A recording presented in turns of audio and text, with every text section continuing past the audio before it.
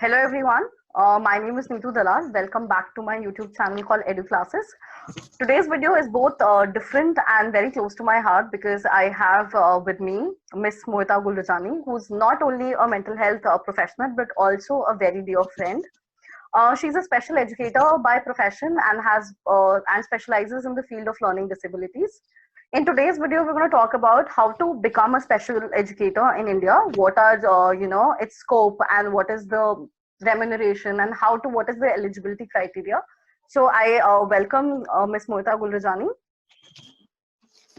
Thank you, Nitu, for having me with you today. And hello to everyone who will be watching this video.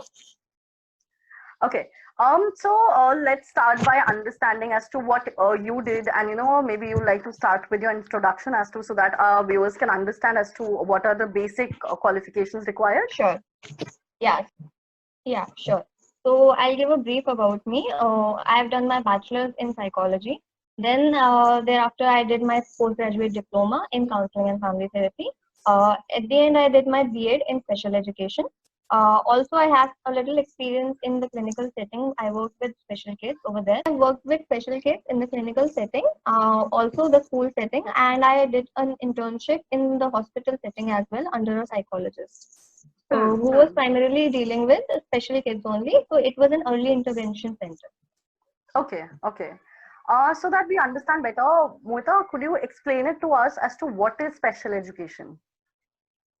Special education, in layman terms, if I tell you, then every child is different, But some children need special attention because they lack in certain areas, and we need to cater to those areas. How? By filling the gap between, right?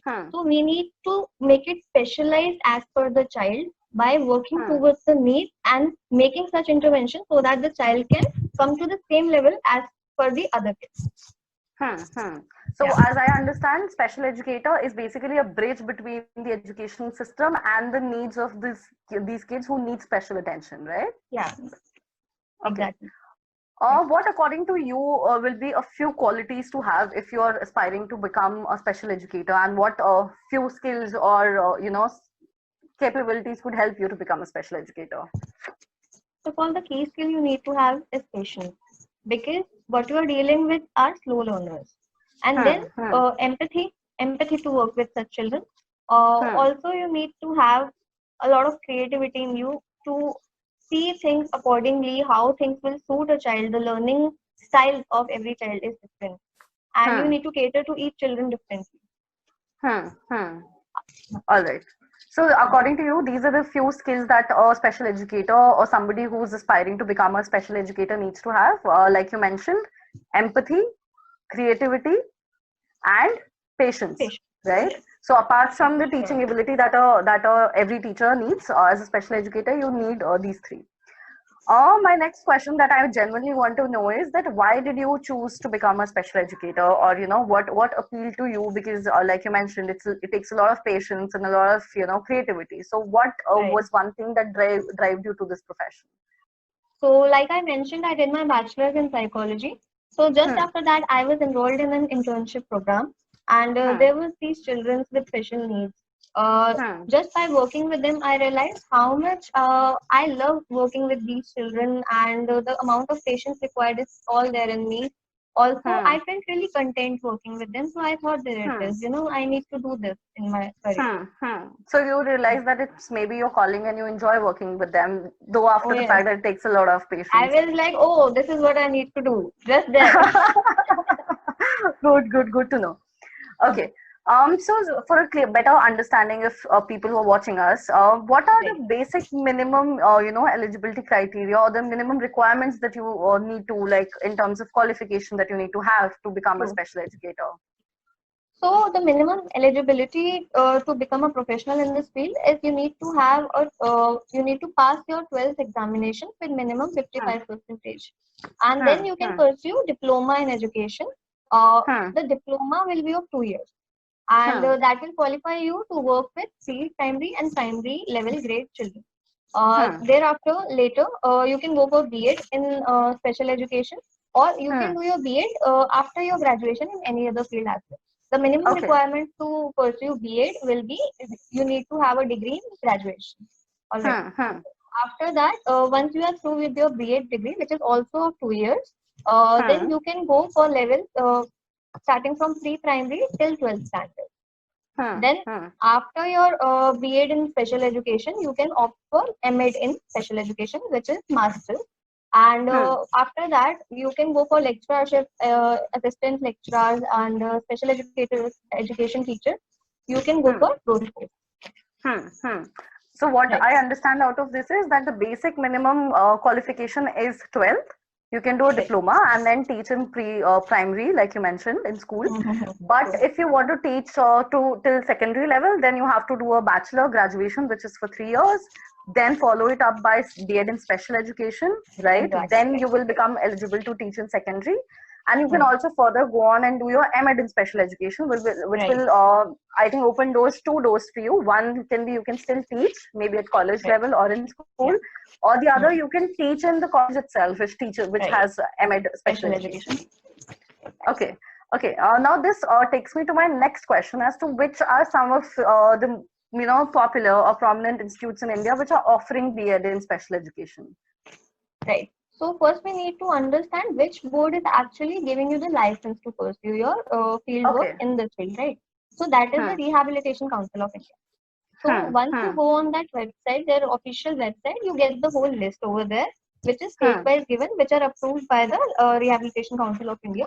To name a few, I can give you the names of like Jamia Millia Islamia University, and then you have Lady Irwin College, Vision Institute, Vision Institute of Advanced Studies, Vision Institute of Applied Studies, Technia Institute. Okay, so before choosing the institute that you want to do B.Ed special education with, you have to check whether the institute is affiliated to RCI and has a license from them. Oh, so definitely. Otherwise, there is no use.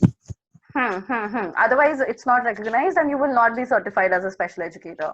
Exactly. So for everybody watching us, you have to go to the RCI website, download the list and see which institutes around your area offers you the RCI license or special education course, right? Also, what we can do is, Neetu, we can put the link in the bio. So we'll add those links. Go to the website. So we'll add the link in the description box. Okay, so now my next question is, so what is the criteria? Like you give entrance, you merit, how do you get inducted into these colleges, right? How do they take? Different colleges, different institutes have different criteria, and some have the merit ones, and the other ones have this entrance test. So to crack the entrance test, there will be 4 sections. First is your reasoning, general knowledge. Then you have language proficiency. And then they'll check your knowledge up to the 10th grade level. Okay. So these are the 4 sections, right, for the eligibility. So one needs to check the specific institute and their requirements as to whether they are taking on merit or they are conducting entrance exams. The entrance is there in the Delhi universities. Some private institutes, they take you as per the merit as well. Okay. Okay. So once you've got admitted into B.Ed special education and you're through with your the duration of the course, which is I assume 2 years, right?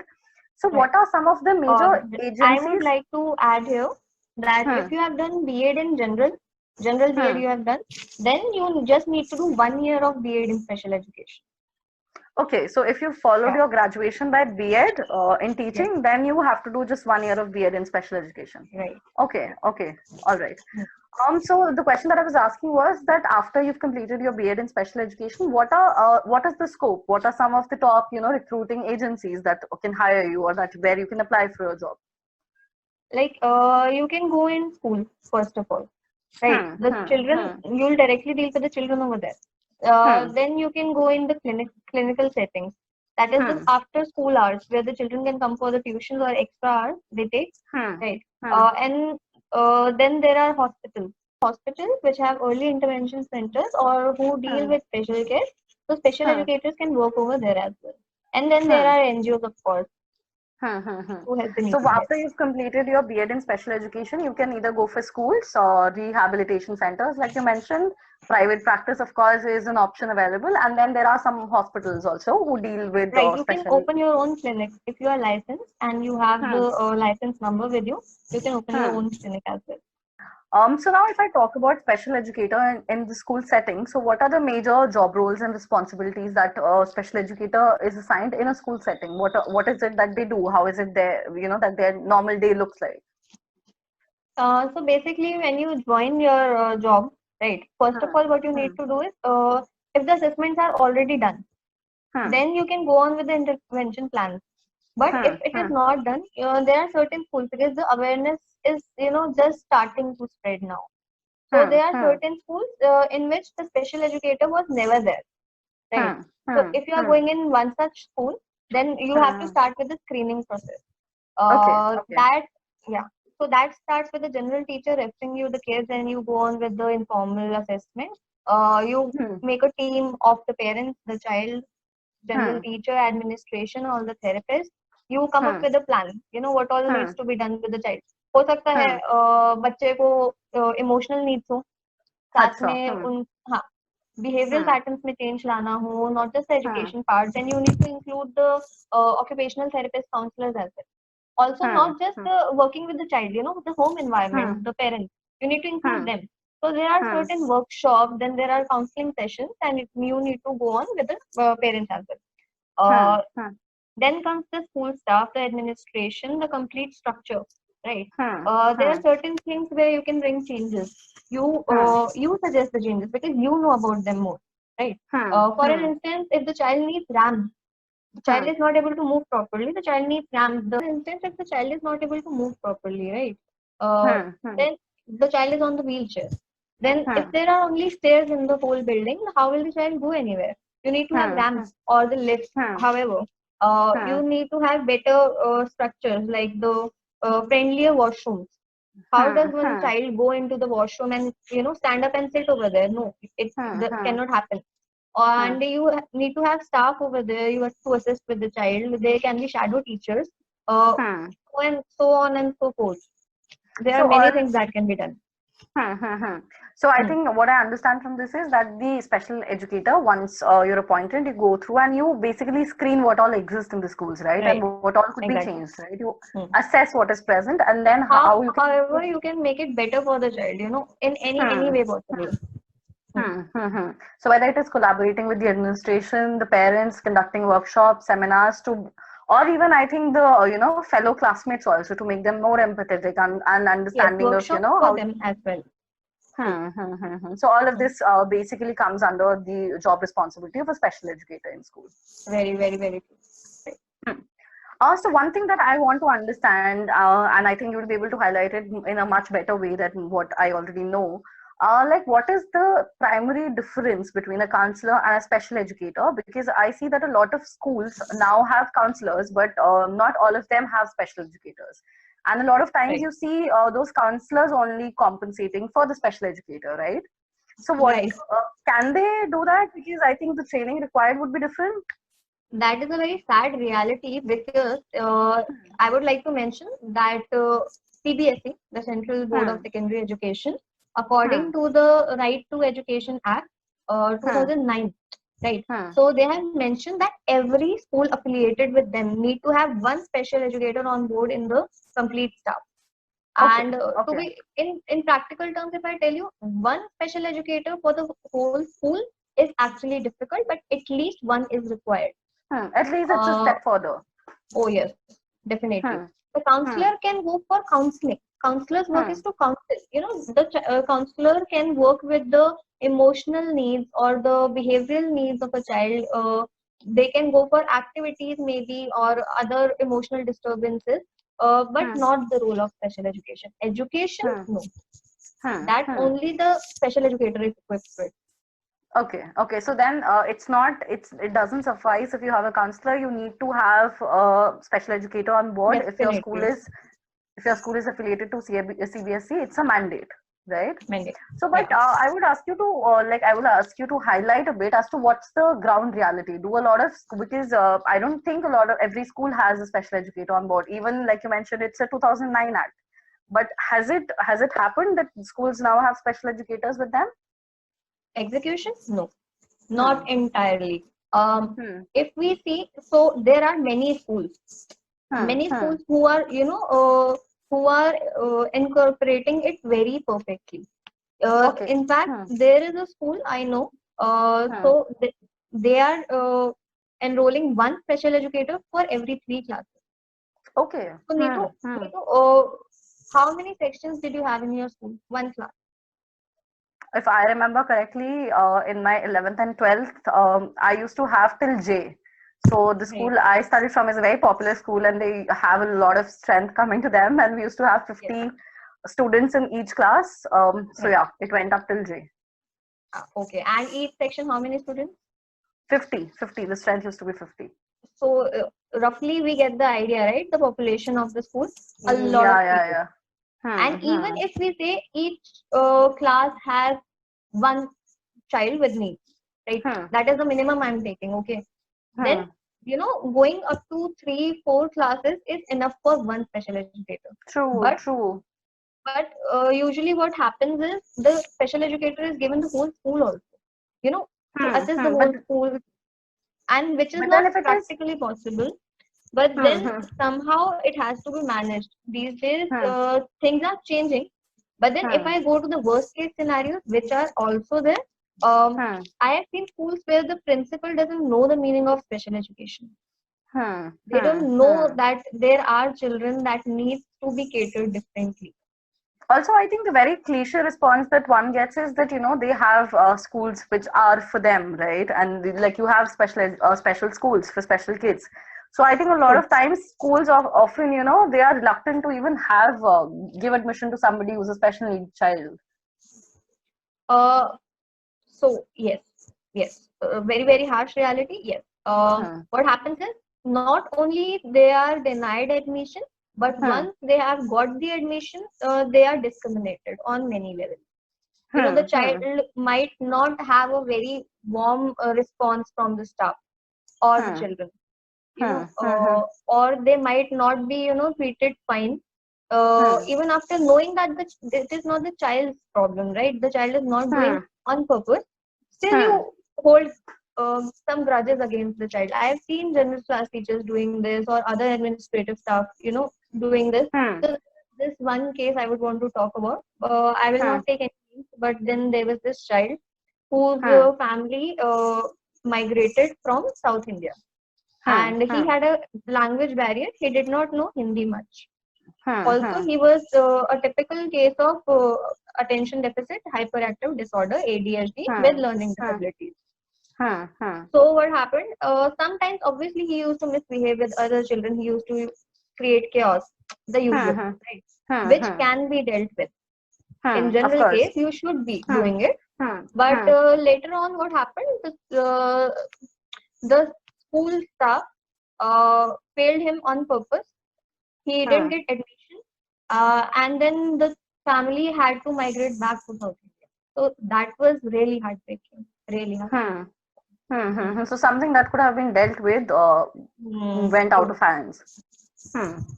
Completely. All right. I come to my last question, and I think this is one of the most important questions in the series that I had. That what are some of your learnings that you've had from your experience, and what are some of the tips you would want to give to somebody who's aspiring to become a special educator today? What I've seen is, first of all, if you are really into it, right, then you are going to get a lot of satisfaction, when you get results.